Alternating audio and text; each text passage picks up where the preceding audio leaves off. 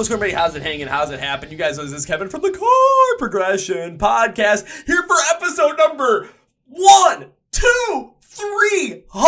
Holy crap, we're at 300 episodes, man. This is awesome. And for the podcast today, we have someone making their first ever appearance on any type of podcast, and this episode is definitely worth and worthy of number 300. Before we get started, though, I want to thank our sponsors first, Phoenix Fitness. Yes, we're getting close to this summer. Want to look good like or you just want to, hit those fitness goals. So you're going to hit the gym, you're going to hit, going to go run and bike and get that exercise in, whatever you can do. But in order to achieve those fitness goals, one of the best ways to help do that is to prepare and recover, right? Pre-post workout, all that kind of stuff. That's where Phoenix Fitness comes in to help you out achieve those goals. They have different pre-workouts before your workouts to help you get all amped up and whatnot. I do use their stim-free pre-workout because, dude, I got enough energy as it is. Put more like caffeine and guaran in me, you're going to see my hands go like, whoa, I'm going to get the jitters. They also have different B7 recovery compounds that help you recover and help your muscles absorb the nutrients post-workout. Different creatines to help you build muscle. Different protein blends, AM, PM, directly after your workout. Collagen protein, plant-based protein to help you build up those muscles, different multivitamins, delete anything you might need to achieve your fitness goals. Phoenix Fitness has for you. So our listeners get 15% using code MSOTD at FNX.com, link description of the podcast. Thank you, Phoenix Fitness. Our second sponsor is Custom Debuts. You guys know I love all those crazy posts I have. I'm taking a look at what I have over here. There's a Day to Remember one, Rise Against with their tour with AFI and Anti-Flag, an old 30 Seconds of Mars one, a sign to throw the fight one. Thank you guys for throw the fight. Ice 9 Kills, and one other one from Rise Against, a sign Falling in Reverse one, a sign Rise Against, and I actually got that one from the Rave in Milwaukee. And you know what? What if I ever get like a custom poster for myself? That's where Custom Debuts comes in. They give you custom posters of anything on within music. So here's what you do. You give them a band. Let's go with Falling in Reverse. And then you pick an album. Let's just go with The Drug in Me Is You. Or you pick a song. Let's go with Zombify. And what they'll do is they will take that information. They'll make a custom poster for you based off the album artwork, based off the track list, based off the song, based off the lyrics, whatever it might be. And then they will send you a proof within 48 hours. And if you like it, yeah, you can go from there. If you don't like it, though, you can tell them what changes you want, and they'll make the changes for you. Once you're satisfied, you can get that poster sent to you on normal poster paper as a canvas print or as an aluminum freaking sign. You can be the coolest person, literally the envy of your dorm room, of your office, of your garage, of your house because you put in your basement. Your neighbors are going to be like, oh my god, where'd you get that poster from, like Falling in Reverse, or where'd you get that A Day to Remember cool poster based off of what separates you from you? Be like, ha, Custom Debuts, bitch. So our listeners get 10% of the code CPP10 at Custom Debuts website, link description of the podcast. Custom Debuts, not our feature presentation. So Jared Fuller, I believe his name is. He is one of our followers. I want to make sure I get his name right. I know I say it during the podcast as well, but I want to make sure I give him a shout out absolutely at the earliest convenience that I can. Yes, Jared Fuller, one of the followers of Chord Progression Podcast, sent me a playlist of bands that I should take a listen that he likes. Some of them I already knew, some of them I didn't. This one I didn't know was called JunkBunny. I listened to it, and if you like that pop punk emo stuff, just that great kind of sound, especially from like the mid 2000s, you're going to really like JunkBunny. So Mac from JunkBunny is on the podcast, and we talk about what's been going on, man. We talk about the history of the band. We talk about what the band has done, when they were signed, what happened with COVID, when they got dropped from their label, and what bands must do now in order to stand out and really capture a lot of that, attention. On top of that, we also talk about a couple of their songs, specifically another summer song, and when I bring up Bar Rescue, you see this man light the fuck up because it's Bar Rescue. So, are you guys ready for Mac and JunkBunny? I am. Let's go! Shut it down. Well, ladies and gentlemen, boys and girls, listeners of the Chord Progression Podcast, welcome to episode number 300. And today on the podcast, I have a guest who this is his first podcast ever, so this is kind of like something that's incredibly cool. One of our followers reached out to us, sent us a playlist of bands that he liked that we should check out, and out of the ones that we reached out to, this is the one that we wanted the most, and this is the one that we got. So please welcome Mac from the band JunkBunny to the Chord Progression Podcast. So Mac, welcome to the Chord Progression Podcast. Thank you, Kevin. I appreciate it, dude. Thanks for having me, man. Man, thanks for being on. So let's start out with this. How's everything going in your world today? As we're in the midst of 2022. Everything seems, when it comes to the music scene, back in full force. So how's everything going on your end, man? It's going. I don't know if you know this yet. So JunkBunny, what do you know about us? I'm kind of curious, actually. So you said it's a follower made a playlist for you or something, and Yeah, so so basically what happened was one of the followers that we have, he made a playlist for me, and it was like, okay, no, this is some of the music that I really like, so here's some of the stuff, and it had a bunch of different things in there. He sent me a lot of stuff that I already like really liked. Like he sent Flogging Molly, the Dropkick Murphys, Flatfoot 56, sent a couple other like more like, more like 80s rock hair metal stuff. But then I got to the music of JunkBunny that was on the playlist. He had like 2 songs on there. One of them was Another Summer Song. When I heard that one, it was just like something clicked in my mind. I'm like, I love this sound. So I dove a little bit deeper into it. And that's when I reached out to you guys about getting you guys on the podcast as a chance, because I'm like, you know what? Let's give this a shot. Let's see what happens. Let's go for it. And now, hey, awesome, dude. Shout out to that listener, whoever you are. I appreciate that, man. I'm going to have to get his name real quick because I want to make sure that like I shout him actually out. get. Shout him out. Let's do it. This guy, whoever or gal, whoever it is, I really appreciate it. I gotta find this real quick. Mr. Jared Fuller. Thank you very much, man. Thank you very Jared, much for this. Shout out Jared. That's my guy. All right, but so right now I'm actually the only person in the band right now. So there were 3 of us. I know I'm dropping it right now. And actually, I think this will actually be this is my first podcast, like you said. This might actually be a really good opportunity for me to kind of like talk about what's going on with everything, because I don't know if you noticed on our socials or anything right now, it's kind of been dead silent. So I was gonna say, like, when it came to your socials, that's one thing that this guy Jared said. He's like, I haven't really seen anything on their socials in 2 months, so I'm not necessarily sure what's going on. I'm like, well, I like their sound anyway, so we're still going for it. Yeah. So this is actually great, I think. So it's actually just me right now, and I'm currently in the process of trying to put the band back together. So on that end, dude, trying to find another drummer, a good drummer, I think that might be harder than trying to find somebody like who plays guitar, because everybody and their mom plays guitar and bass, you know what I mean? But finding like a nice drummer, I think is tough. But that's pretty much what's been going on with me right now, is I'm just trying to rebuild. I'm getting the band back together. Well, shoot, I mean, I did not know any bit of that, but hey, everyone's finding out about it now, so all right. Exactly. So, but other than that, I'm writing. So you said you heard Another Summer Song and another one. What was your initial impression? Did you like it? Oh, of course I liked it. I mean, I went, like, especially with Another Summer Song, which we can get into a little bit later, because, like, that was the one that stuck out to me the most. And usually when I do these podcasts, like, if there's a band that has, like, a brand new EP coming out, I will go through that whole entire thing as thoroughly as I possibly can in my own way, so that when it comes to talking about this stuff, like, I am set and ready to go. When it came to you guys, I've got a lot of their podcasts I still do, so I was like, okay, I can only pick one. I'm like, I loved Another Summer Song, so, like, I dove deep into that shit. I'm like, I got, like, 3 pages of notes on this thing. That's on a different screen right here, so we can go all deep into it. But I do want to talk a little bit more about just, so you're trying to put the band kind of like, you're trying to, reconstruct it, put it back together. When it comes to finding a drummer, though, I'm not going to lie. I recently had a band on the podcast called Ire, and they don't have a drummer either. They just have a bunch of just like guys they know that just fill in for live shows. And except for the one time where they didn't have one, so they just kind of tracked the drums and just like had 3 guys up there on stage playing. No drummer in the back. Just tracked it. Kind of weird to see, but apparently they said it was like the best mix show ever. So it's 2022, dude. We got technology now, dude. Before Jake was our drummer, before he left, we were looking for a bass player, and we decided, let's just try to do it with the 2 of us. So we were actually running tracks for a while, just like bass and harmonies. We were running those on tracks, and it was just the 2 of us up there with no bass player. And I thought that was actually kind of cool. Like the guy you're talking about has a point. Because when you have when you have the harmonies and the bass and everything, the guy, if you have a good sound guy, it sounds fat, dude. Especially when you get that bass mix just the way you want it, because you can just come in with the everything ready to go. You know what I mean? So I actually kind of liked that setup, but we've got technology now, man. We don't have to do it the old school way.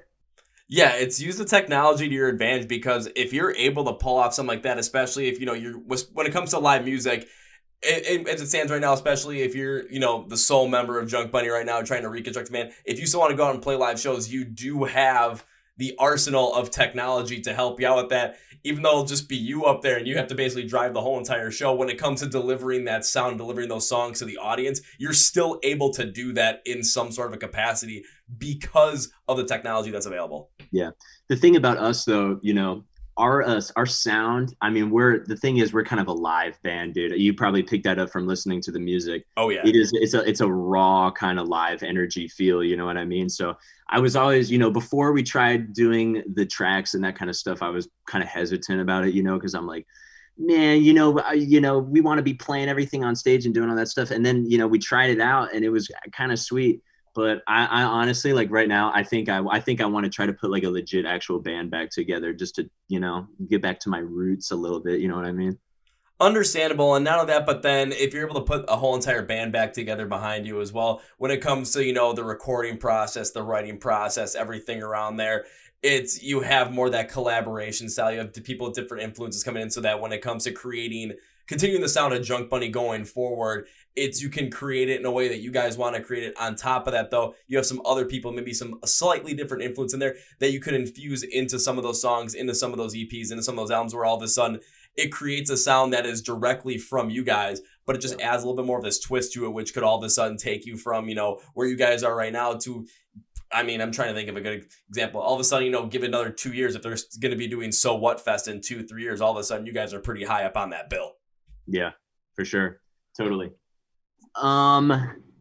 Anyway, dude, I was just thinking about this. You mentioned another summer song, and that's funny because that actually might be, out of the songs we have out right now, that might be my favorite too. Well, shit, if that's gonna be if that's your favorite song right now, how about we just jump right into that one? Because now if you want. I just that's what I was thinking about. Because, you know, it's hard to pick because it's like trying to pick one of your kids to tell them like you're my favorite child and that kind of stuff. You know what I mean?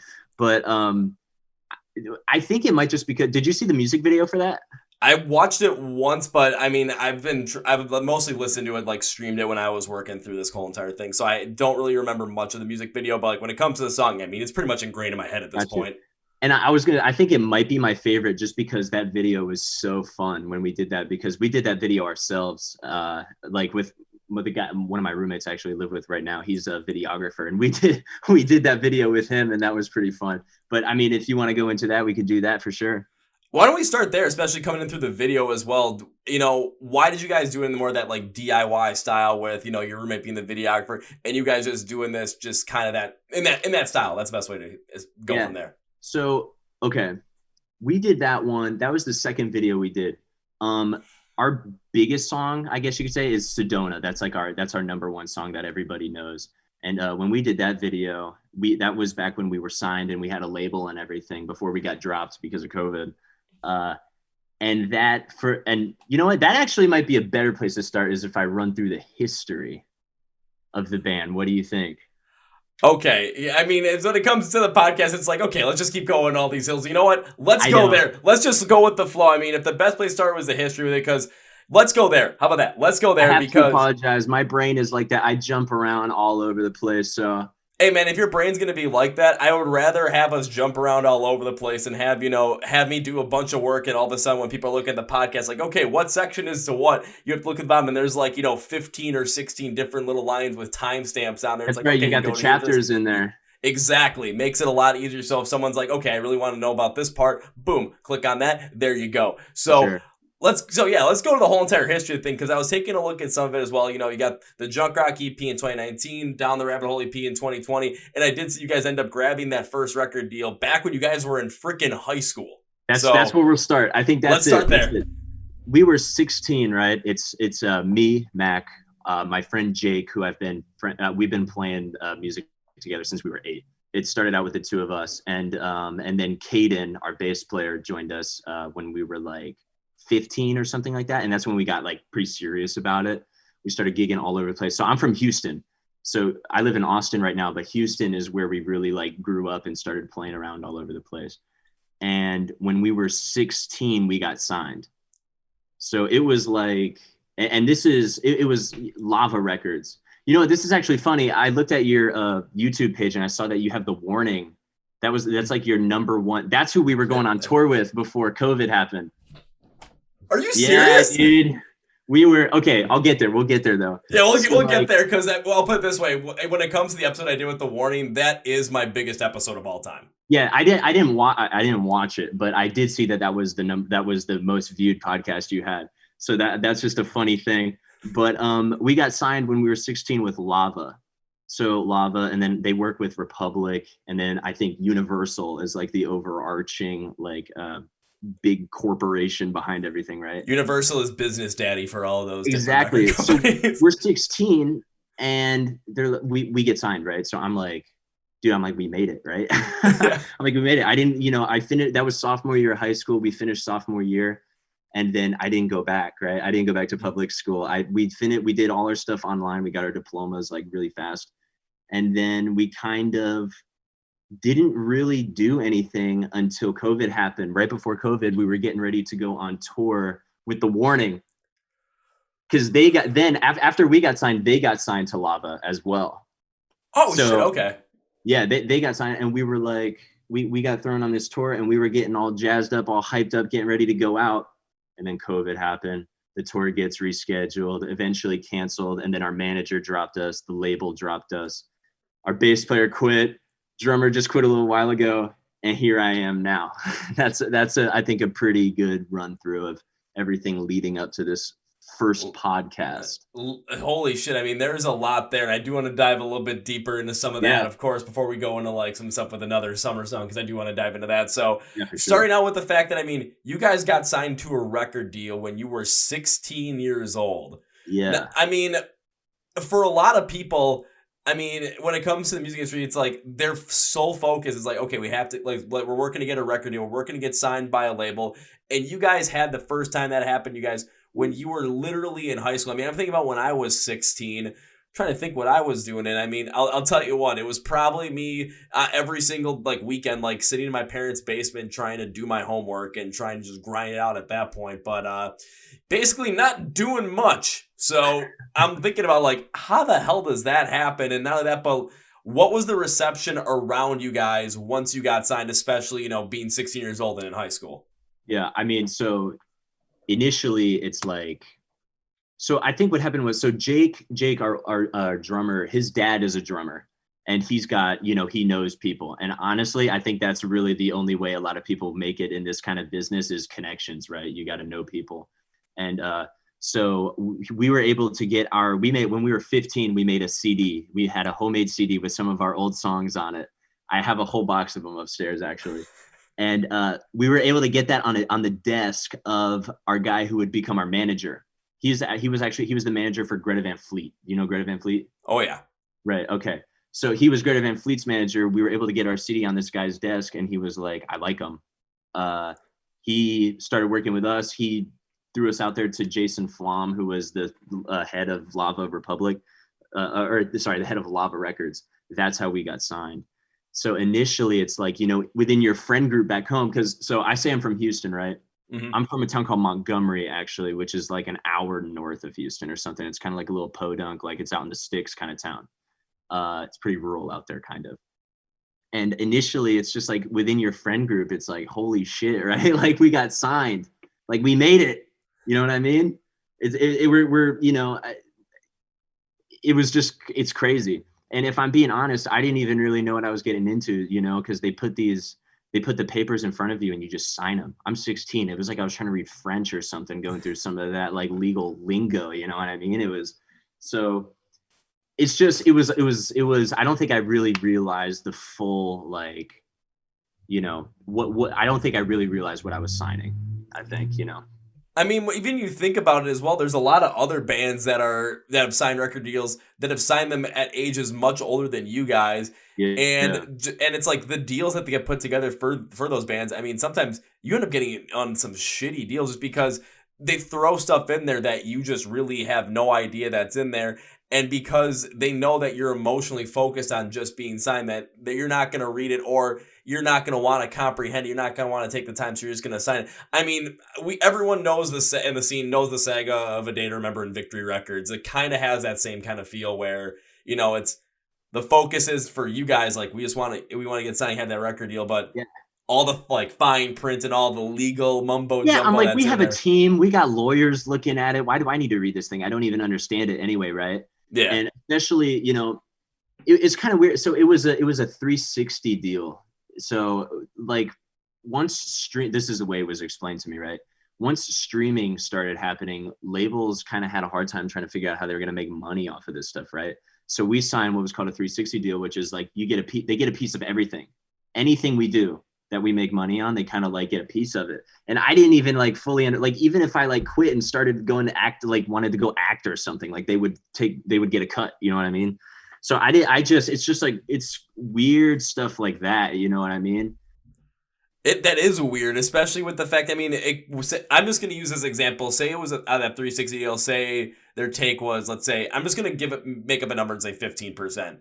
But it's 15% of literally everything you do. So all of a sudden, it's like every song that's streamed, every song album that you sell, every single ticket that you sell, every single piece of merch that you sell, or, you know, whatever the duration of time, if you went and did something else, all of a sudden, say you start acting, you know, you hit it big and you end up joining the Marvel Cinematic Universe, all of a sudden this label gets 15% of whatever you make for that. And that's not even just the label, dude. Then you've got your manager taking some off the top. You've got agents taking some off. And this is all stuff you just learn. So this is why I think it's kind of funny is I'm 20 now.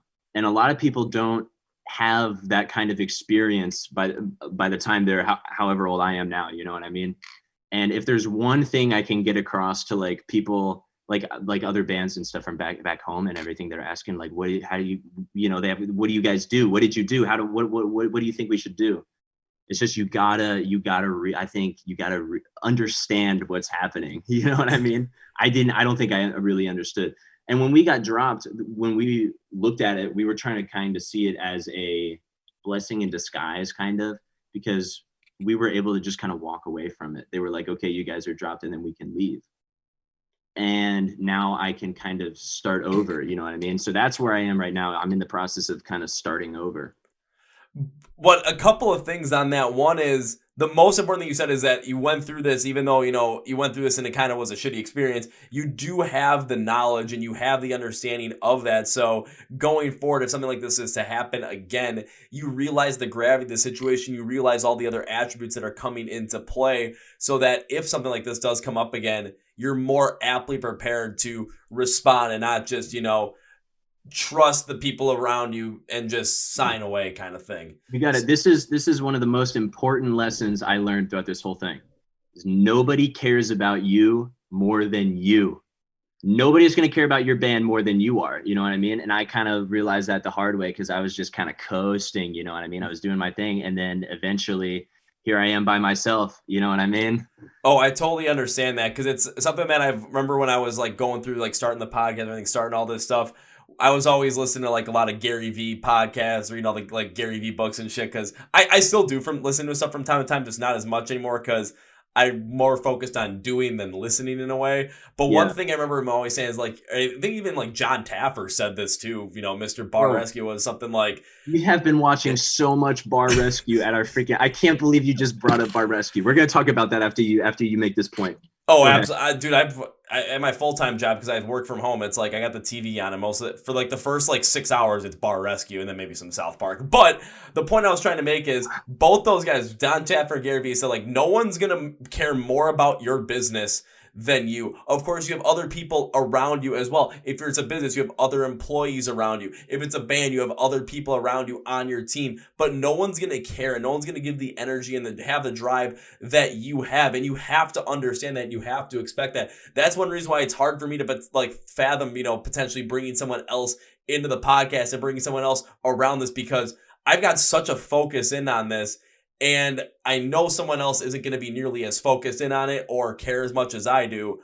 But how do I manage that? And especially, how do I manage that going forward? I know I'm going to have to, but it's a tough thing I still have to wrap my head around. But it's a thing I have to realize, and other bands have to realize as well, because you're going to have, you know, when it comes to record labels, you're going to have labels potentially coming for it. You're going to have agents, managers, lawyers, all this kind of stuff.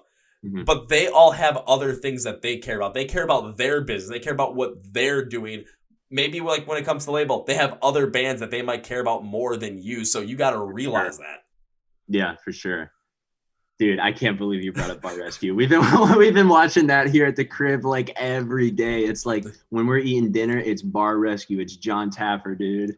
I love that guy. He's so funny. It's John Taffer shutting it the fuck down. Shut it down. I got it, dude. my favorite one is when he's in the car and he's watching some atrocity happen on that little screen. You know what I'm talking about? Yeah. Somebody is putting raw chicken all over the place, and he's like, I gotta go to work. That's the greatest line. He gets out of the car. And I gotta go to work. Gets out, like slams the door, walks in there with like this stern look on his face, and then just starts out like stern and like and conversing with whoever's there, and then just gets full on unhinged because love it. I mean, you're gonna get like literally. I understand. They're gonna get people sick. You're gonna kill somebody. You're gonna kill somebody, dude. Anyway, I don't even remember what we were talking about before that. It was about you guys being dropped, but also understanding the fact that when it comes to your band that no one's gonna care about it more than you. Before we jump back to that, I got a little fun little tidbit for you about Bar Rescue. Let's do it. So I think Tapper's done like 2 bars where I'm from in Milwaukee, Wisconsin. He's only done 2 bars here. Uh-huh. The first one he did, it was a bar called Packy's Pub. Yeah, Packy's, not Patty's, Packy's. It was an Irish pub though, and he turned it into something called Campbell's Irish Pub. Now, before it was Packy's, the person owned it was a person named Ralph Richard. It was Ralph Richard's Pub. That was the bar my mom and dad met at. Whoa, you've got a personal connection to Bar Rescue, dude. So I remember watching that episode. I'm like, I remember bringing it up to my parents. I'm like, yeah, they got Packies. And is there something that like is connected to me? My dad just like freaked out because my dad was Bar Rescue. He's like, that's where your mother and I met. I'm like, wait, that's Ralph Richards? Yeah. Holy shit. And I passed by it a couple of times. I passed by it all the time, like in 2017, 2018. I recently passed by like maybe like a week or 2 ago. It's still going, so. Yeah. Hey! That's awesome, dude. Yeah, so if you ever watch that episode, the one with Packy's or Campbell's Irish Pub as it's now called, one of the ones in Milwaukee, that is the bar my parents met at. So that's kind of like some weird kind of crazy tidbit about Bar Rescue. We're on season 3 right now, so we'll see if I get to it. We'll see if we can get to it. I think it was either season 3 or 4, so I know it'll be coming up. It's coming up. Hell yeah, that's kind of just hysterical. But yeah, just kind of using, you're watching Bar Rescue and it kind of does funnel into you as the band as well, where again, you're the one that's going to care about it the most and you have to understand that. Yeah. By the way, I want to mention this. I like your Rise Against shirt. Appeal to Reason is one of my top probably, if not 3, 5 albums of all time. Okay, now you're just making me happy, man, because Rise Against is my favorite band of all time. I've got the Suffer and the Witness shirt on because that's my favorite album of all time. Yeah, I've seen Rise Against, I think 14 times up to this point. I've never seen them. Oh, I've never seen them. Oh, I want to. You have to, man. You have to. It's like that's like, dude. You know what? It's like when you're like 12, 13, 14, you just start listening to music on your own. You're not really listening to whatever your parents are playing anymore, and you're kind of just like. It was. I had the Guitar Hero app on my iTouch when I was a kid. I was like probably like 12 or 13, and they had Savior on there. And I was like, this song is awesome. This shit slaps, right? And I looked up the rest of that album, and I've been listening to that album ever since. It's one of my favorite albums of all time. It reminds me of Black Ops 2 all the time because that's what I was playing at the time. Dude, I can't stop laughing at this shit because literally how I found out about Rise Against was from Guitar Hero 3 because my brother loved the Prayer of the Refugee, which was one of the bonus tracks. So we had a shared iTunes account at the time, so we put it on there. When I started high school, that was right after Appeal to Reason came out. And on like one of the radio stations I was listening to going to school, I swear to God, this played at least once a day. Either going to school, come back from school, it always played Savior by Rise Against. And I would refuse to let them turn it off because I fucking love the song. And it was like, Rise Against was probably the second band that was like, for me, when it was like, coming into my own, like listening to music on my own and discovering it on my own, that I really took to. And then it's just like, just going off from there. I mean, that was fun. I mean, shit, that was 13 years ago already, and it's still going strong. We used to actually cover Savior before we started like really writing our own stuff. And our band name used to be The Contagious. We used to be called The Contagious. We still had the same logo, the bunny with the gas mask on it. That's how we got the name JunkBunny. But when we were still playing covers, we used to do Savior. I forgot about that. That's wild. Shit, maybe all of a sudden once get the band built back around you, all of a sudden that might be like one little special thing. You guys cover Savior by Rise Against, and then all of a sudden I guess you guys play live. Here's Savior in the crowd. I'm just gonna be like something's gonna click in my head and be like, yeah, dude. Yeah. That's funny, man. I mean, but when you said like the thing that freaked me out about that was like literally me like if like really getting rise against and you really getting rise against, it was pretty much like the almost identical way, almost identical time in the same fucking song. Same song, bro. That's funny. I can't stop laughing at this shit. It's so funny, man. Oh my god. Yeah, but if you get a chance to go see them, man, oh my god, you have to, man. It's so much fucking fun. I didn't even know if they were still like touring or not, you know. I'm sure they are. Let's see. So last time I saw them was on April 12th. Okay, so yeah. And the next time I get to see him is I'm going down to Florida for Welcome to Rockville, and they're playing on the Saturday night, and my friends are already looking live. It's like, oh well, what show are you gonna go? I literally circle Rise Against. I'm just like, you know where to find me. That I'm gonna be the guy in the middle of the pit running the whole entire thing, because once their music starts, something clicks in my brain, and it's go time. That's funny. Is that like your favorite band you think you've ever seen live? I mean, absolutely, I would say, like, because I've seen them 14 times, and every single time is just like a whole different state of euphoria. The last 2 times I went to go see him, I woke up sick as all hell. I could hardly get out of bed, and I dragged myself to the show. One was in Chicago, one was in Milwaukee. I could barely stand up, but once the music started, like, my body just completely decided that for the next hour and a half, I'm not sick. I'm not, like, my legs work functionally fine. I don't know what it is, but it's just something clicks in my head, and it's just like the worst thing could be happening to me. But once they open up, it's just like, hello, superpowers, go! You're a big metal guy, right? I think I saw that. Big metalcore guy, yeah. Okay, my favorite band of all time is Mastodon. That is, do you know them? Yeah. Okay, that is probably my favorite show I've ever been to. I actually went to that show when I was, that's one of the other bands I found when I was just kind of coming into my own. I had a guitar teacher at the time, rest in peace, Tony, who brought me to that show with another guy who worked at this place I went to. And it's actually funny. I when I was like a kid, I used to go to School of Rock. Okay. And I ended up working there like last summer, actually. I was like teaching kids how to play guitar and stuff. But that was probably my favorite show I've ever been to, was that first time I saw Mastodon. I was at the Revention Center in Houston. It was just wild. I was like 14 in the pit, dude. Like just having the time of your life, just enjoying every minute of it. Exactly. So now I'm kind of disappointed because Mastodon's coming to Milwaukee. I mean, a couple days after we record this, but I already had tickets to go to the Dayseeker show because they have caskets opening for them, and I've had Casket on the podcast twice, and I really want to see them live. So I was like, I have to go to one or the other, and one of my friends really wanted the 4 Mastodon tickets I had. I'm just like, take them. It's like I can't be in 2 places at once, even though on May 7th I'm going to try and be in 2 places at once to see Volumes in Memphis May Fire, and then drive a 20-minute, try and drive as fast as I can 20 minutes to a smaller venue and hopefully catch the whole entire set for While She Sleeps. Man, I only know one name you just rattled off right there, and it's only because I dated this girl in 7th grade whose favorite band was Memphis May Fire. That's all I know about them.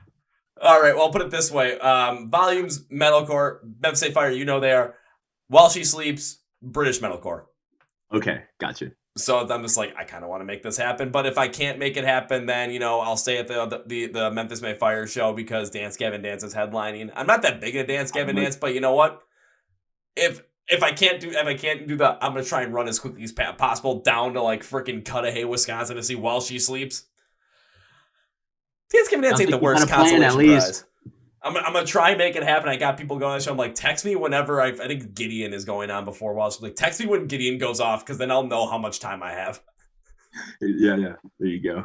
But okay, back to kind of like the history with you guys. So okay. I mean, you guys we went off on a little thing there. Oh, I love going off on little tangents though. So you guys are 16, you get the record, and then you drop out of high school, focus in on this. So how did that all kind of turn out, and then quickly getting your degree, quickly getting your diploma? I almost said degree. That's kind of more the college thing. I didn't go to college. So we got signed. We stopped going to public high school.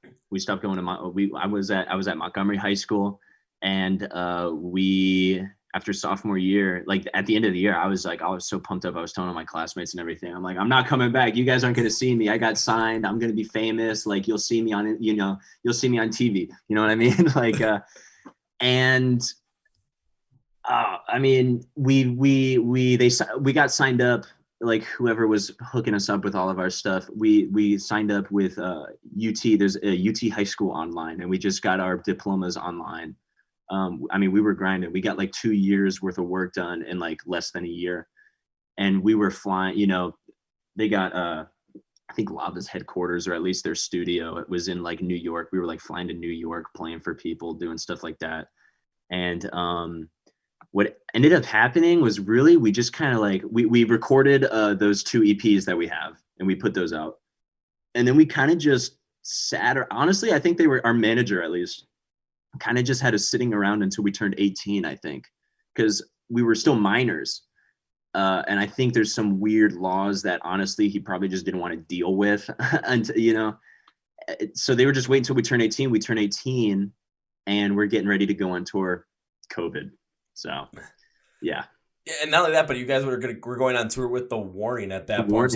And so not we only that, but we were doing 3 months straight. The first half was with The Warning.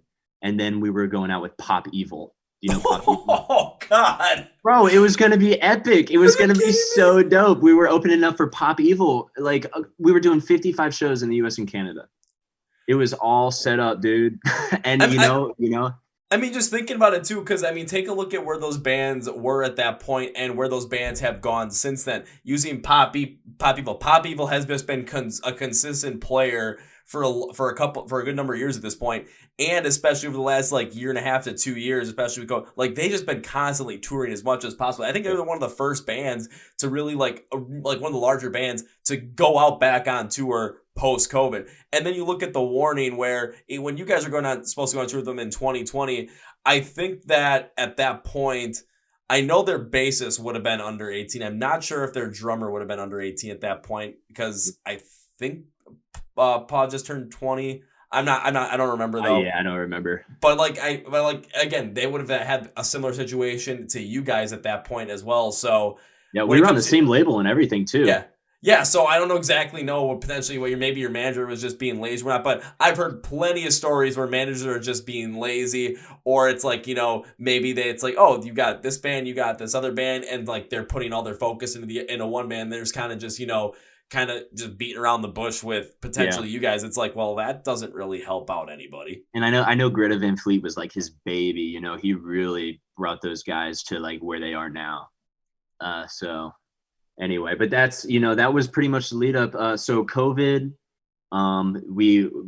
this tour got rescheduled a few times until they just ultimately ended up canceling it. And then we just got a call one day that our manager was not, he was gonna let go of us. And then like a week after that, the label. So we just kind of, tried to, we were still playing around Houston and stuff, doing our like local thing. And then our bass player, Caden, decided that this wasn't the life for him. You know what I mean? He didn't want to go on the road. He didn't want to do any of that stuff, which I totally respect. And I can see that, he's still like a really good friend of mine. And yeah, and then Jake and I moved out here to Austin to look for a new bass player. And we didn't find one. So we tried to do that two-man thing like I was talking about earlier, running the tracks. And I thought it was going good for a while. And then Jake decided he was going to leave. So here I am. so here you are. Because that's always one thing whenever I hear about, band members. It's like I never know what kind of the situation is. When it comes to Caden, it's totally understandable where seeing kind of where the life would have been and understanding that life just isn't for him and making that decision. I mean, that's a respectable decision there, clearly. And as long as you guys are still closely connected and good friends, honestly, that's really what matters in it all, because when it comes down to like being in a band, it does have, it's a music business. It is a business. But one thing you'd never want to really lose is those close personal friendships that you build up because of a business. Exactly. Yeah. And it is a legitimate business. So right now I'm going through like the legal stuff, right? Where I was a 50% owner of the LLC, JunkBunny, with my buddy Jake. And he decided he's leaving, right? So we got to go through all that shit, and it just takes forever. So I'm really ready to get back out there and try to make this happen again. You know what I mean? Oh, absolutely. And when it comes to the stuff that you're going through right now, it sucks that you have to go through that, but it's something that you got to go through. But by the time, you get through it, what's going to end up happening is now you're able to be focused on everything around JunkBunny. You're just going to be able to solely focus in on that and really focus in on like building the band back around you, the creative process behind everything. And because you guys are now an independent band right now, focusing in on building up everything from the independent side, which one thing I have definitely seen from a lot of the bands I've talked to and have seen since the pandemic, there are a lot more bands, including some of the bigger ones, that are saying, screw this, we're going independent because we can do it a lot better and we want to do this. Yeah, it's a lot of work though. We tried to do it for a little bit. It's a lot of work. And I'm gonna be honest, I don't know how, a lot of that business side stuff escapes me sometimes. I'm not like the best guy with numbers or anything like that. But so I mean, we're gonna see what happens. I'm excited. I mean, if I kind of want it, I would like to get signed again. You know what I mean? It's nice to have, people helping you out.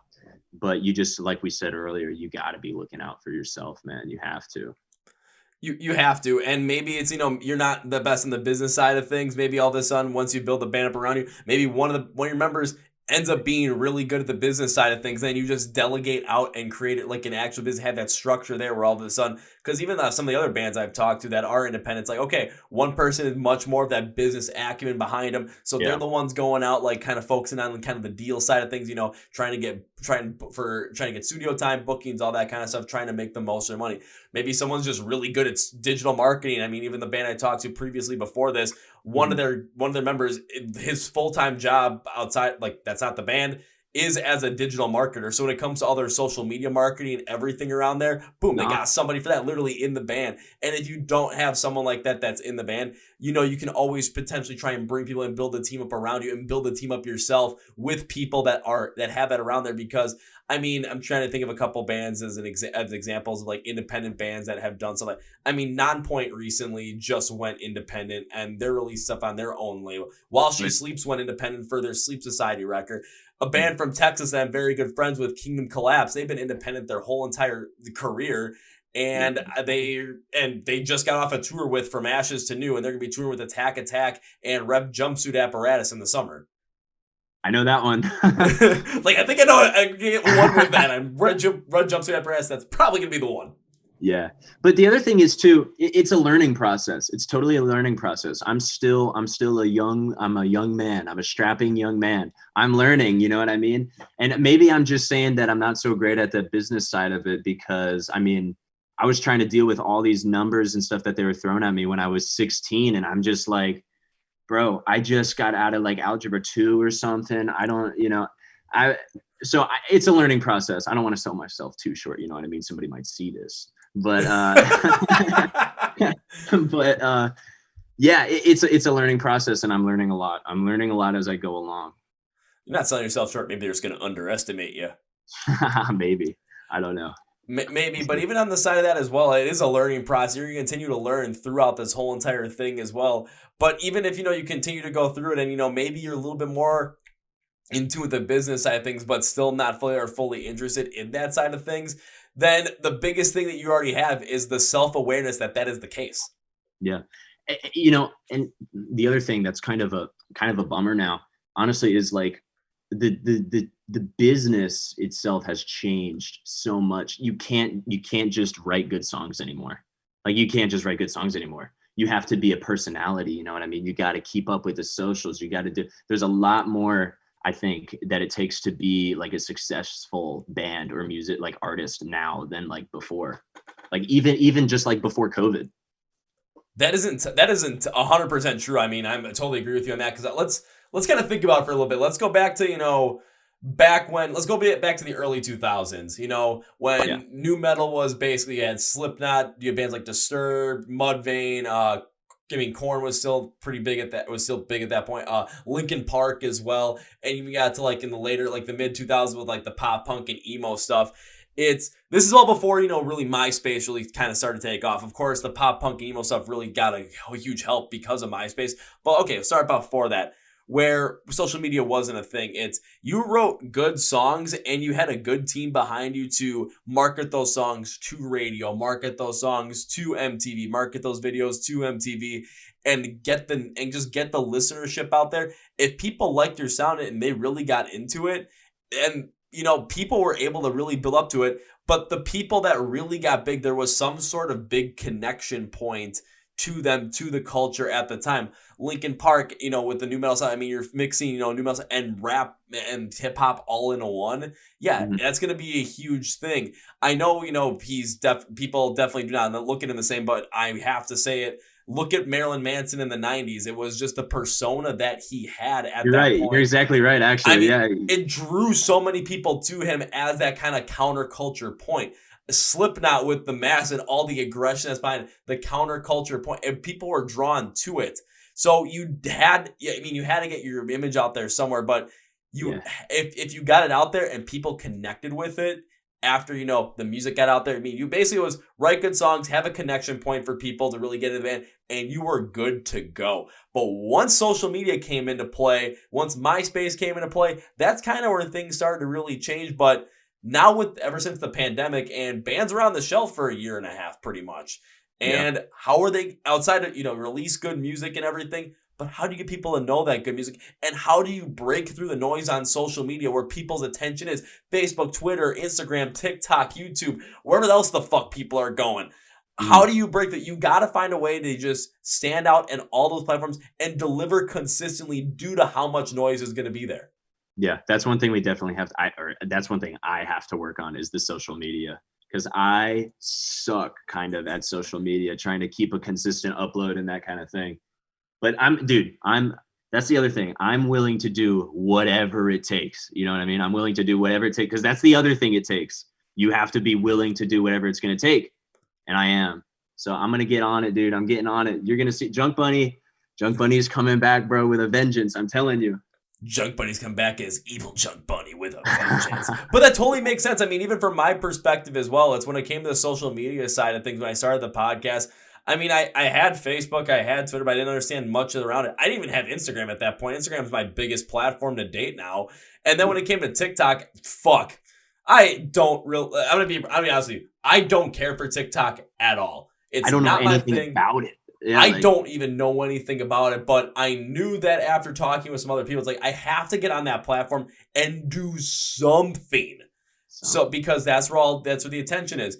And ever since I did a podcast with the band Blind Channel, I started cutting up a bunch of different shots from the podcast where it's like, okay, when we talked about something that was funny, like with Blind Channel, it was one of the first ones I actually got some good traction was because people have been kind of like comparing them a little bit to Linkin Park in a way.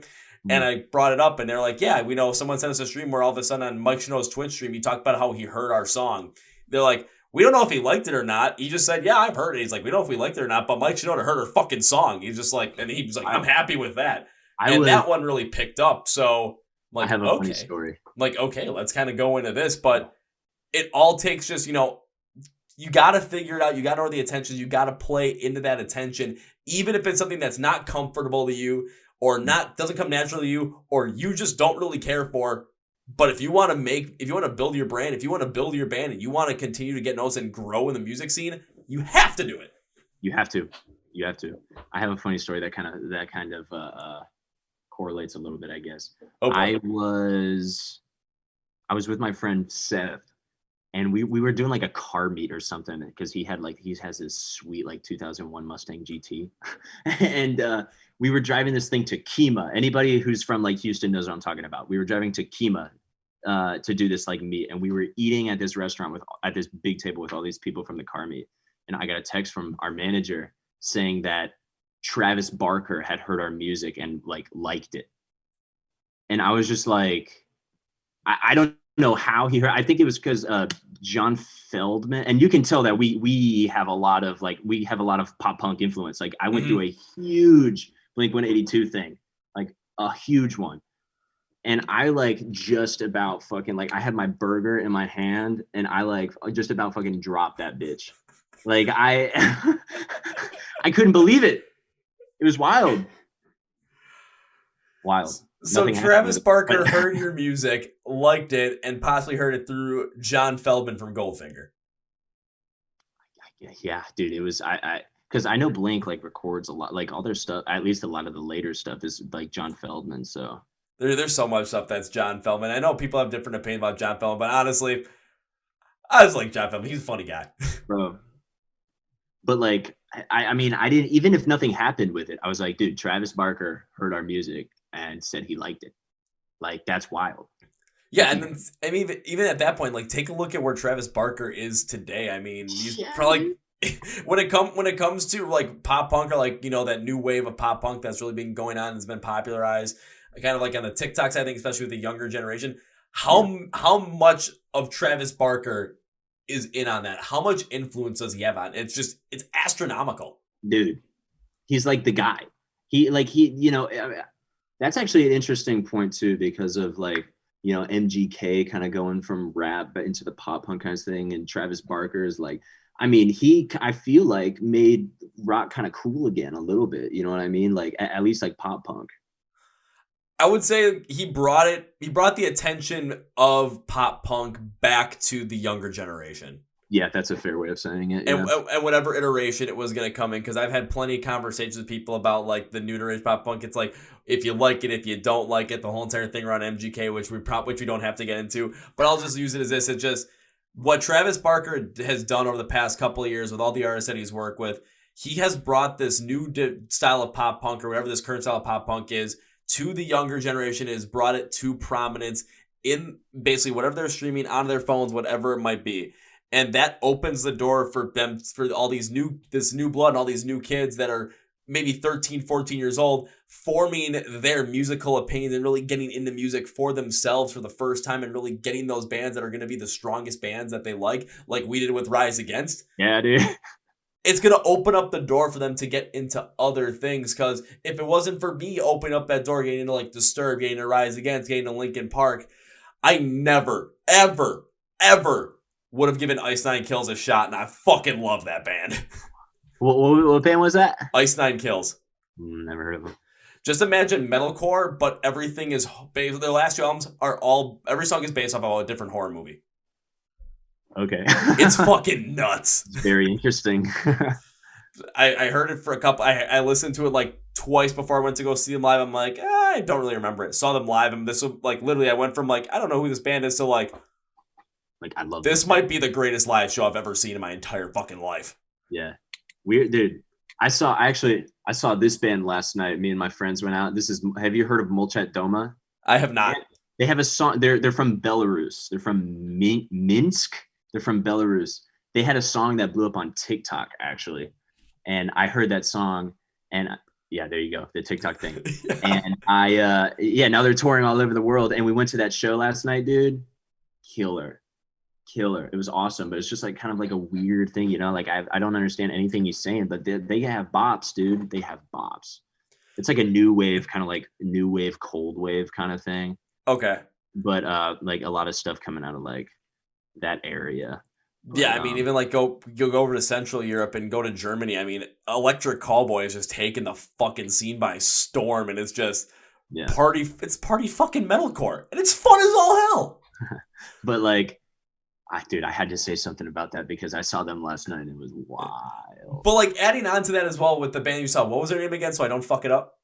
Molchat Doma. This is like in Russian, so you can't really read it. Okay. So yeah. Molchat Doma. So when it comes to them, it's like you heard, like they had a song blow up on TikTok. I saw it in a meme. Like it was in a meme. They and it was like, I was like, dang, that sounds interesting. Like I'm always kind of just looking for something that sounds different. And I was like, that sounds kind of interesting. I'm going to check it out. And here they are. They're doing sold out shows in America. You know what I mean? Like that's how it happens. TikTok, dude. I got to get on TikTok. I'm doing it.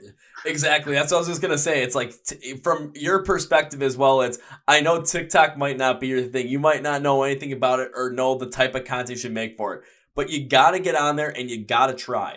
Because here's how I look at it. Same way I've heard a lot of other people like Gary Vee always talk.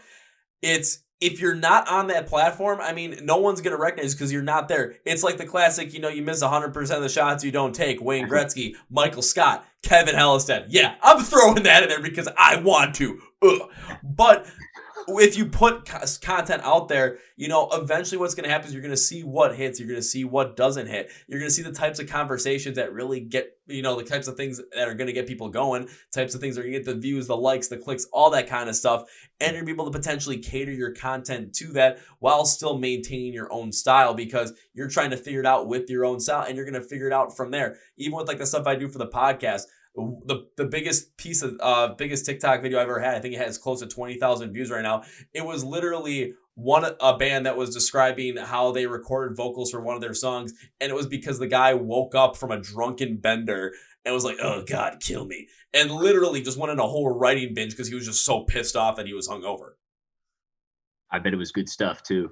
It was good stuff. the song that he wrote off of that was the song that made me want to reach out to them about putting him on the podcast. Yeah. So it fucking worked. It works. So do drugs and drink a lot of alcohol. But I mean, again, do like that. Don't do that. The whole point of that is just you never know what's going to hit. And you never know, especially from your perspective as a musician, when it comes to those platforms, you never know what song is going to hit. You never know what part of the song is going to hit. Because maybe you end up putting something out there. Maybe you'd splice up a piece of like another summer song, put it out on TikTok, and all of a sudden, especially with summer coming right up, holy shit, you never know. That could definitely pick up and just take off and just go nuts. I mean, hell, Simple Plan got basically a huge revitalization of their career because of I'm Just a Kid. Yeah, that's true. That one blew up. I saw that on memes all over the place. Exactly. So like even a song that has been around for a good amount of time, if it hits a different audience and it hits them in a captivating way that ends up, you know, captivating them today, but also another way to think about it too, especially when it comes to music, is hits them in a captivating way, but gives them a chance to make that video themselves and get the attention onto them as well. I mean, they're going to take that and run with it because that's the internet these days. Everyone wants to be seen. Everyone wants to be heard. Everyone wants the attention on them. But if you can make something to have people want to use it so they bring attention to themselves, the consistent thing is going to be your song. Again, look at all the I'm Just a Kid stuff that in 2020 on TikTok, when people are recreating old family photos or older photos with, you know, friends or whatnot. Yeah. Literally, the song completely blew up once again. And now Simple Plan's going to be on tour headlining alongside Sum 41. Yeah. Playing 5,000 cap rooms. It's wild, man. That's wild. So again, it's put your stuff out there. Try something. If it doesn't work, try something. Try again or try something different. Try tweak that content. Try tweak whatever you're going to do. Because the more you put out, the more chance you have something is going to hit. For sure. Exactly. And you just got to figure out and basically learn it, reverse engineer it. I know, especially if it's something that you're not really that interested in, it's kind of tough, but always think about it like this, especially from your perspective, because I have to think about it from my perspective. I'm not doing this because I want to be big. I want my TikTok profile to be big. I'm not doing this because I want my Instagram profile. No, it's because I want to keep doing these podcasts. I want to keep talking to artists like yourself. This is what gets me going in the morning. This is what gets me jazzed. I can be having the worst fucking day. All of a sudden, I see your little name pop up in the queue that's like for the Zoom call. And my energy goes from like, I don't want to do anything today. Like I am in a horrible mood. So all of a sudden, this is what we planned for. Let's go. So what do you do? Like, what do you do when you like for work, like for money, I guess? I manage 2 different data sets for a health insurance software company. All right. So you can totally tell which one I'm definitely more, you know, excited about. Yeah. That's true, dude. I do. You know, I'm doing wedding videography in Austin. So that's what I do. And honestly, I've been thinking about this. Now I kind of know how to like work a camera and film stuff. I can make content now, dude. Like I can work that in. I can work it in, man. Exactly. You can work it in. And when it comes to the whole entire, like, think about this with the wedding videography stuff.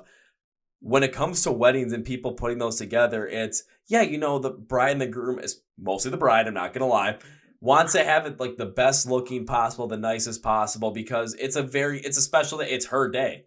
Yeah. But what's another reason why they want that video to be the best possible? So they can post it online and so that all their friends can see and they can make all their friends jealous. Exactly. And just think about this from a different perspective. You know what you've learned that kind of style, especially as a wedding videographer. It's like, okay, putting this stuff together, trying to work within this stuff so that you make those videos so that those brides can post them on social media, can send them all their friends so their friends can, be jealous of the wedding that they had.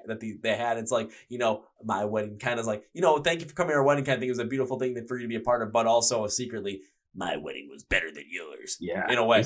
Use that for your content as well with that kind of mentality where it's, put stuff together where it's going to be somewhere people are going to be drawn to it for one reason or another. And then, especially kind of using TikTok as an example, one way or another where they can potentially use it themselves to try and get some of the attention that you have been able to bring. Yeah.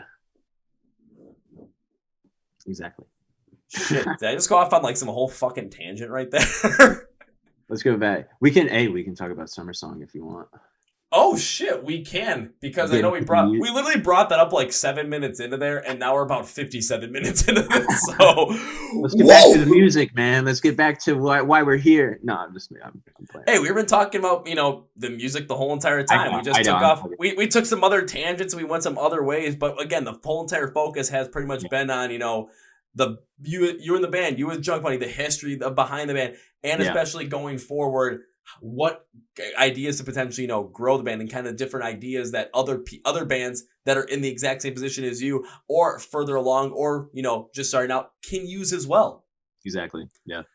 So jump into another summer song. First things first. Until you said this is like the one song that right now that's like you're really connecting with. It's like the song. It's like it might be my favorite. Why is that? Shoot, dude. It honestly, well, the video was really fun to make. That one has some of the strongest harmonies I think that we have in a lot of our songs. And also, dude, it's that breakdown in the middle. That's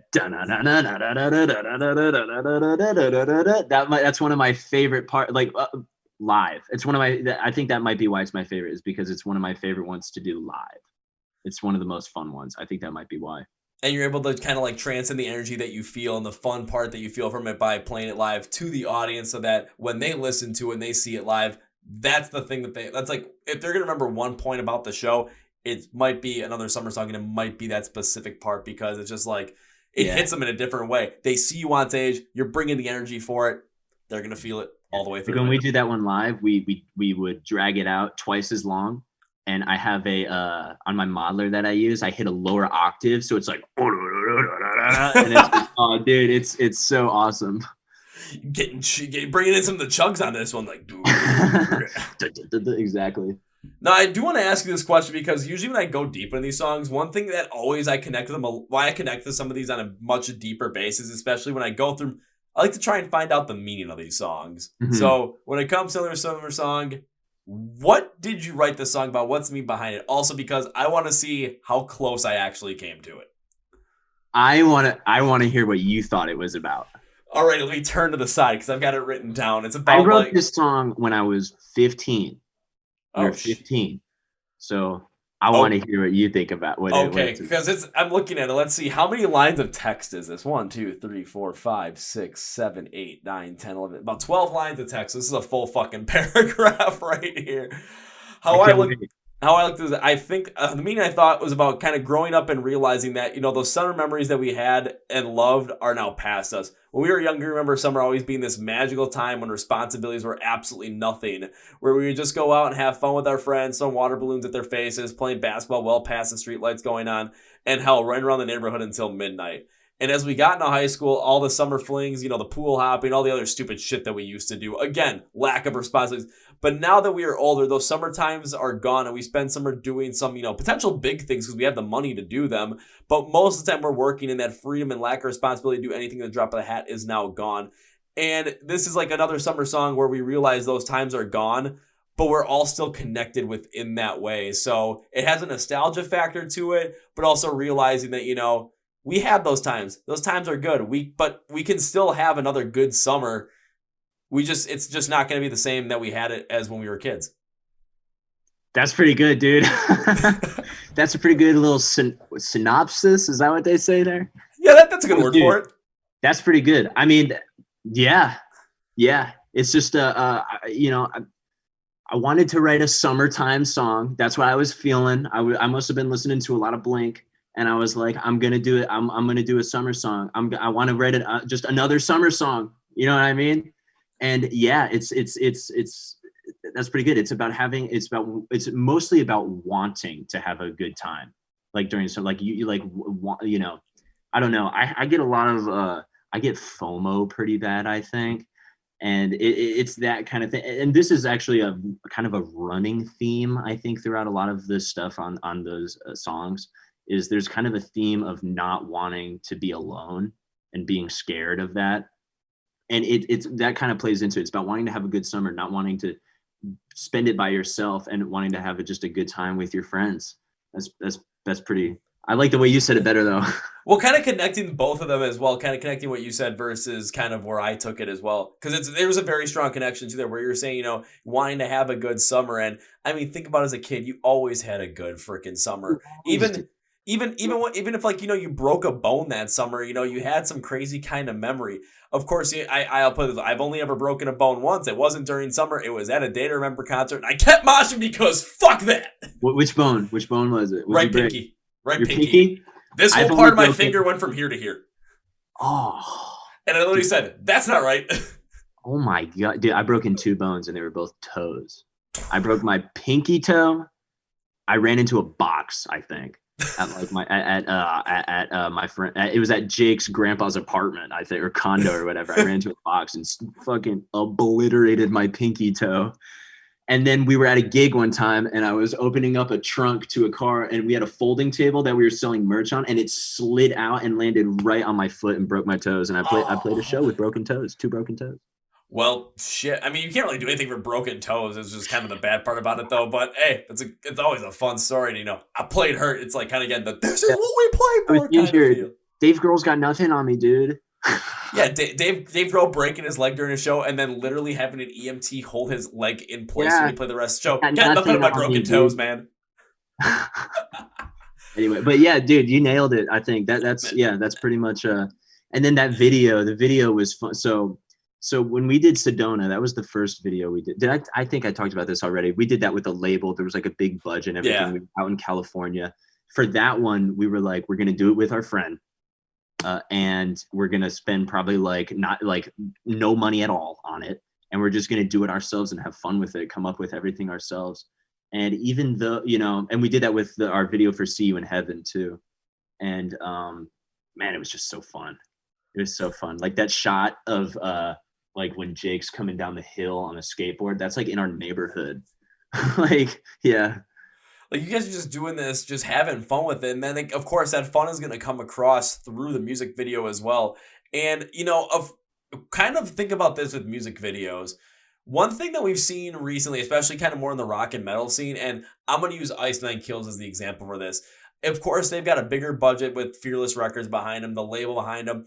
But what they're able to do with their music videos is basically create an experience with it. So like with every song being based off of a different horror movie, the song that they put the music video out for is going to be based off of that horror movie. I mean, hell, the one they did for American Psycho, the Ice Nine Kills lead singer Spencer Charnas literally hacks Jacoby Shaddix and Papa Roach to death with an axe. American Psycho style. But that's what the song is about, and then it all ties in together. If you're able to create that story and really create the lore around your music video, that's what adds to it. Because I mean, performance videos, yeah, they can be cool and whatnot, but everyone does them. They don't stand out nearly as much. If you're able to put something together, all of a sudden, you know, you're doing a whole entire thing within your neighborhood, and you're able to create this whole entire neighborhood lore around it.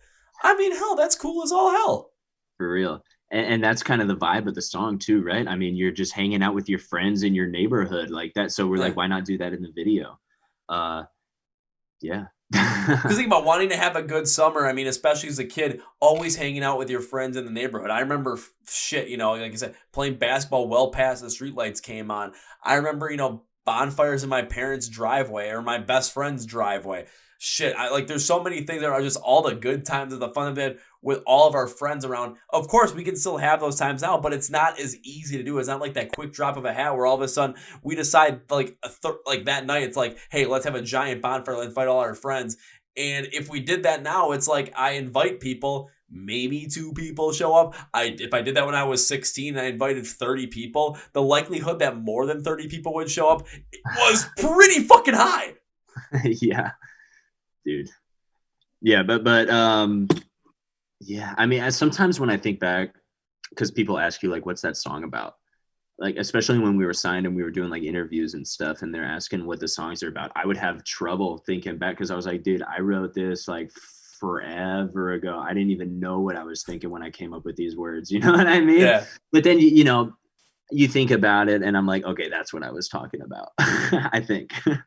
Or now on a podcast like this, I bring it up. I'm like, I want to know how close I got. And then you're like, well, maybe I don't remember what I said, but can you go after it? You tell me what you thought, and then I'll say, yes, that's exactly what it's about. Or if it's not, it's like, but anyway, something will click in your brain and you'll remember something about the song. It's like, no, that's why I wrote it. Yeah. But that's definitely, I mean, that one's pretty. Yeah, that one's pretty. I mean, it's another summer song. It's in the title. And even when you listen to it too, it does have that, you know, kind of that like pop punk summer kind of feel, but it's not as like uppity or not as overly happy or overly like energetic as some of those other like summertime pop punk songs, for the specific reason of, you know, wanting to have a good summer, wanting to be with your friends. But, you know, as you grow older, everyone has different responsibilities. People get married, people have kids, people have jobs, people have other things that they're doing, people are traveling, so you don't have the ability to have that anymore. So most of the time when it comes to, you know, those good summer memories, a lot of the times, most of them are focused in the past, especially as we grow older. Yeah. And that, a lot of our songs are kind of like that, where there's undertones of like something a little more melancholy, I guess you could say it. Like, I mean, that whole first verse is talking about all my, you know, my friends are all gone, I got nothing left on my walls, you know, that kind of like, it's, you know, you don't want to end up like that. Nobody wants to end up like that, you know, with no friends. Like another big one of ours, like might be like our second biggest song or something, is See You in Heaven. And that song, it's kind of hard to tell from the lyrics, is about like there's back home in Montgomery, there's a road called 105. It's like the highway. That's the highway. And there were a bunch of people from our class who got into car wrecks and died.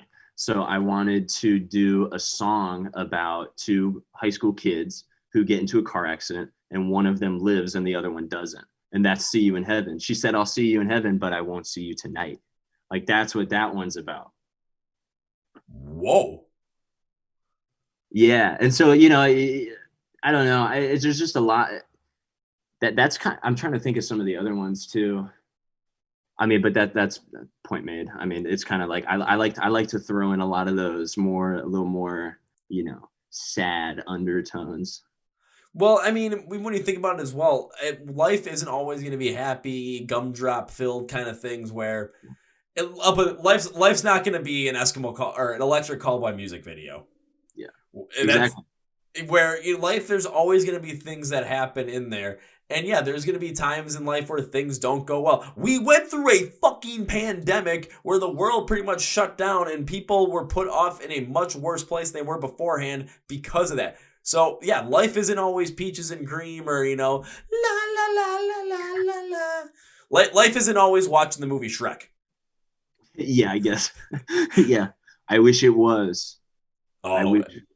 It would be, because then all the time we'd be laughing at Eddie Murphy voicing Donkey about. We'd be listening to Smash Mouth and oh man, perfect world, a more perfect world, dude. Every morning when you'd wake up and you open your bedroom door, all of a sudden somebody wants.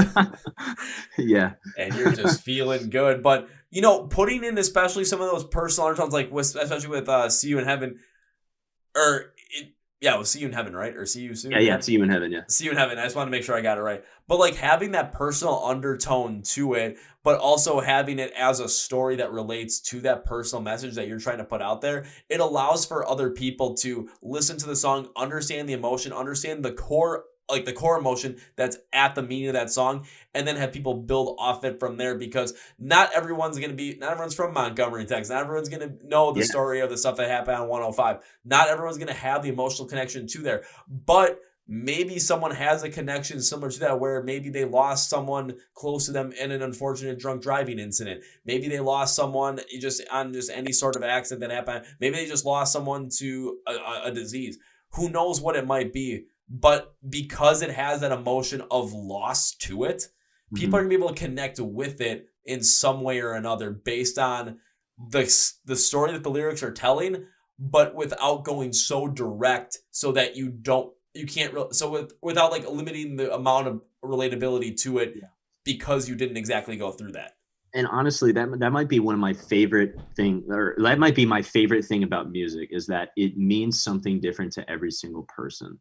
So like when I asked you what you thought it was about, we joke around about like, oh yeah, I just wanted to see what you said. But that is one of my favorite things to ask people, is what they thought the song was about, because I'm really interested to see how they took it in. Because I wrote this thing, I want to see what they thought about it, like how they took it in and what they thought or what it means to them. Because it's different for every person. Oh, absolutely. Even like with another summer song as well. Because you said you wrote it when you were, 15? Yeah. Yeah, and I listened to it and I took my interpretation of it at 27. So I've gone through 12 different... I've gone through 12 extra years of life from when you... how old you were when you wrote it. Hang on, bro. I can't hear you. Oh, can you hear me now? Ooh. Hang on. Let me see here. Oh, no. Oh, no. Oh, no. Oh. Can you hear me? Yeah, I can hear you. Yes? Yes. Oh, my internet connection is unstable. Hang on. No! Usually that's my problem. No! Right as it was getting good. Unstable internet. No! Wait, did that fix it? I can hear you, but I can't see you. Well, I can see you and hear you, so this might still somehow work out. Might work.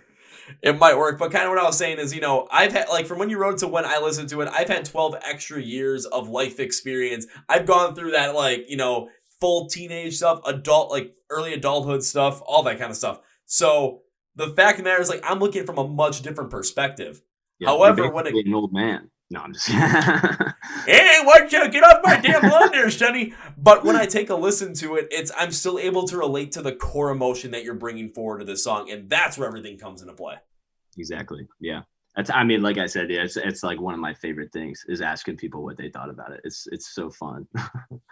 Well, I think it was, the man that broke his leg during a show and then played with an EMT holding his ankle together. Dave Grohl once said, he can play a song in front of 85,000 people, and those 85,000 people will be singing it back to him for 85,000 completely different reasons. That's the power of music right there.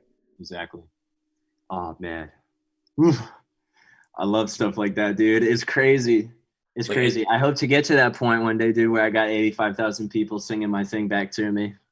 Man, just keep grinding, keep working, and pretty soon you never know, man. I mean, look at where you were before. Look at what you were going to be doing before COVID. You're supposed to go on tour with The Warning and Pop Evil.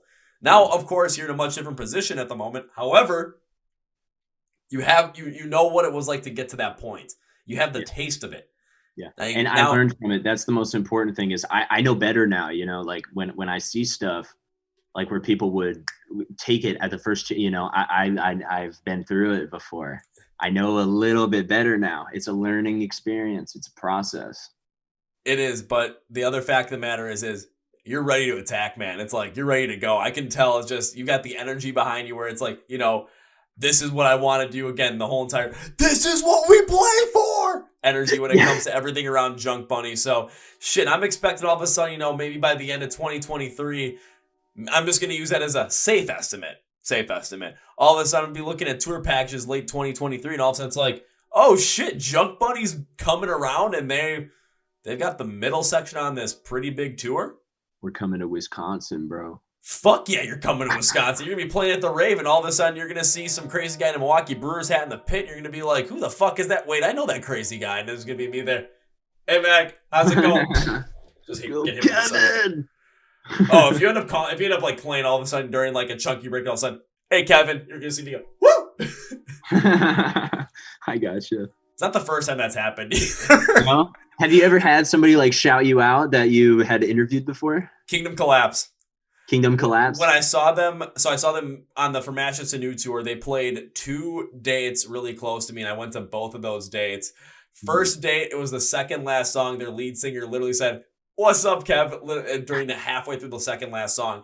And then the next night, right after the first chorus of the first song, just all of a sudden, Hey, what's up, Kev? That's awesome. Well, I'll be looking for you, dude, if I'm ever in Wisconsin. Or honestly, if I'm ever out there, because there's times where I'll go to shows, or if you guys are playing at a festival, honestly, I'll put it this way: always look for the dude in the pit with the Milwaukee Brewers hat, because 99 out of 100 times that's gonna be me. I'll remember you, dude. How can I forget my first podcast? Exactly. How can I forget? If you forget though, well, at the end of the podcast, I'll make you a promise to make sure you don't forget. So how about we put it this way, Mac? As we bring this podcast to its conclusion, one thing I always like to do at the end is give my guest, which is you at this point, a chance to say whatever you want to say, plug whatever you want to plug, promote whatever you want to promote at the end of this podcast. So Mac, floor is yours, my man. Oh man. Okay, let me think. Well, I'm looking for a drummer. I've got a few leads, but if anybody knows anybody in Austin, who's like a kick-ass drummer, hit me up, slide in the DMs, dude. It's JunkBunny. Look us up on Instagram. It's JunkBunny. YouTube. I mean, we're on everything. Apple Music, Spotify. I'm looking right in the camera because I'm a professional. And let me think, man. I've been writing, dude. There's gonna be new music soon. We've been saying that for a while, but there's gonna be new music coming soon, and it's really awesome. It's even better than the other stuff that's out right now. So, other than that, watch Bar Rescue. It's good stuff while you're eating. Stay hydrated. I think that might be my plug, dude. Pretty good plug. Now it's my time to end this podcast with 3 very specific things. So first off, when it comes to JunkBunny, you're going to want to get in the know with them on social media, especially once they get the TikTok thing going. You're going to want to see what they put together for that. YouTube, you want to stream the music on Spotify, Apple Music, all those places. You're going to want to buy these downloads, buy merch wherever you can for these guys. Support them wherever you can, and also share them around there. So, you know, when it comes to Mac, he can help find that drummer from the Austin area that's really going to help take JunkBunny to the next level. So, in order to make sure you get in all the know with JunkBunny and not have to search it up yourself, let me do all the fucking legwork for you. Go to the description of the podcast. You're going to see something that says Find JunkBunny Online. You're going to see labels for social media accounts, YouTube channel, where to stream their music, websites, all that kind of stuff. And then you're going to see links next to them. So all you have to do is click the link. It'll take you right there. I'm doing all the legwork for you. All you have to do is click that link and click that like button, click that subscribe button, whatever it might be. I'm making it a 2-click thing, or a 2-tap thing if you're on your phone. Come on. Can't get any better than that. Easy. Do it. Do it.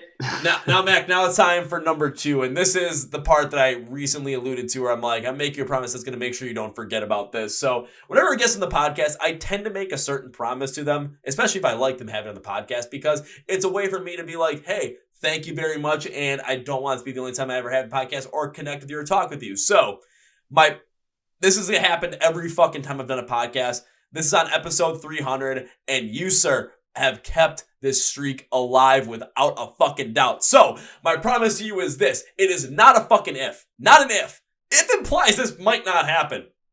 Not for me. When implies it's going to happen, time and date to be determined. When I get to see you perform live for the first time, whether it's in Texas, in Wisconsin, in Chicago, at a festival somewhere, who knows what it might be. When I get to see you perform live for the first time, Mac, my promise to you is first round's on me. Okay, maybe I'll be 21 by then. If I'll put it this way, if you're not 21 by then, you know, we can always figure out something. I can always just bring a whole pizza or something. I've done that before. I appreciate that, dude. I want to say thank you to you too for this opportunity. I really appreciate it. That's my first podcast. It's a big deal. It's a big deal for me. So thank you, Kevin. I really appreciate it, man. You're very welcome. Your first podcast, my 300th. This is just the perfect way to go about it. So I cannot end this podcast in all good conscience by saying goodbye, because hell yeah, man. Once you get the band built back up behind you, once things get going back, I'd love to have you back on the podcast. And I made a fucking promise to you, man, and I'm keeping my promise. So saying goodbye is way too fucking final. No, we're ending it by saying, see you later. I like that. I'll see you later then too. Well, folks, I'm interviewing with Mac from the band JunkBunny. Once again, please get into JunkBunny. Share it with your friends, share it with your family, and if you're in the Austin, Texas area and you know a drummer, man, help out JunkBunny in this one. Send them their way. So be sure to get in the know with JunkBunny. All their social medias, Facebook, Twitter, Instagram, everything. Got the TikTok up, where you can find them on YouTube, where you can stream music, download music, buy their music, where you can find them online, buy some merch, all that kind of stuff is in the link in the description of the podcast under Find JunkBunny Online. Now, You can also subscribe and do all the following stuff for the Chord Progression Podcast, well, if you already haven't. So you can go to follow us on Facebook, Twitter, Instagram. Instagram's usually, our more prominent platform. Follow us on TikTok as well for the super fun supercuts of the podcast. You can also watch the podcast live on, I'll say live, but you can watch the podcast videos where we talk theirs on YouTube. You can also subscribe to the audio version of Spotify Podcast, iHeartRadio, and Amazon. So all links to the podcast for you. If you're already subscribed to the podcast, I want to give you a huge thank you for subscribing to the podcast. Thank you for listening. We're 300 episodes in, and there's no stopping us now. Choo-choo! We're going to 1,000 and probably more. So let's keep this rolling. Let's keep this going. Absolutely, yeah. So please subscribe if you haven't. And if it's up to you if you want to subscribe or not. But I would like for you to do that. So that's why I'm asking you to do it. If you don't, though, I still want to thank you for sticking around for the podcast. Well, hope you had a good time. Also, thank you to our sponsors, Phoenix Fitness, Cups Debuts, links, and promo code description of the podcast as well. Okay, thank you to Mac for being on this one, man, and being as just fun as possible. Great person, great conversation with Mac from JunkBunny, and for his first ever podcast, dude is a freaking pro. Had a great time. So instead of saying, our normal stuff, let's end it with, come on, Mr. Taffer, give it to me. Say, shut it down. So everyone else say, shut it down. Shut it down. All right, so on that note, that's going to be it for you guys. Thank you for watching the Chord Progression Podcast. My name is Kevin, and you guys know how I end every single one. Up to the big, healthy, and hearty. See ya. Yeah. Shut it down.